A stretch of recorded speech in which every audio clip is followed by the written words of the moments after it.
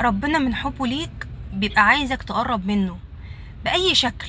ممكن يحط في طريقك مرض يخليك تتضايق وتحس ان انت عايز تدعي ربنا عشان يشيل عنك المرض ده، او ممكن ياخد منك حاجة انت كنت مشغول بيها عنه، فياخدها منك ويحرمك منها علشان تقرب من ربنا وتدعي له.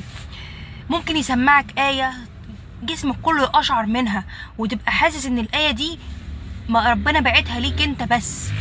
ممكن يبعد عنك اشخاص انت كنت قريب منهم وبتحبهم، فيبعدهم عنك علشان برضو تحس ان مفيش حد قرب لك غير ربنا سبحانه وتعالى.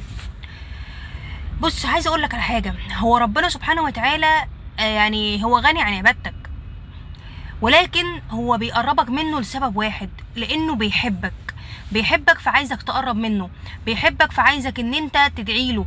ممكن يوجعك، ممكن ان هو بيبعد عنك حاجات انت كنت بتحبها، يحط في طريقك شوية صعوبات، مش عشان هو ان ربنا سبحانه وتعالى بيكرهك، لا بالعكس، ده ربنا بيحبك مش غضبان عليك، بيحبك عشان كده بيبتليك.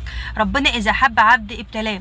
فلما تلاقيها كل ما تعثرت وكل ما اشتدت عليك وكل ما تلاقي نفسك وقعت في شوية صعوبات، فقول الحمد لله واحمد ربنا وافرح ان هو بيحبك، علشان كده بيقربك منه.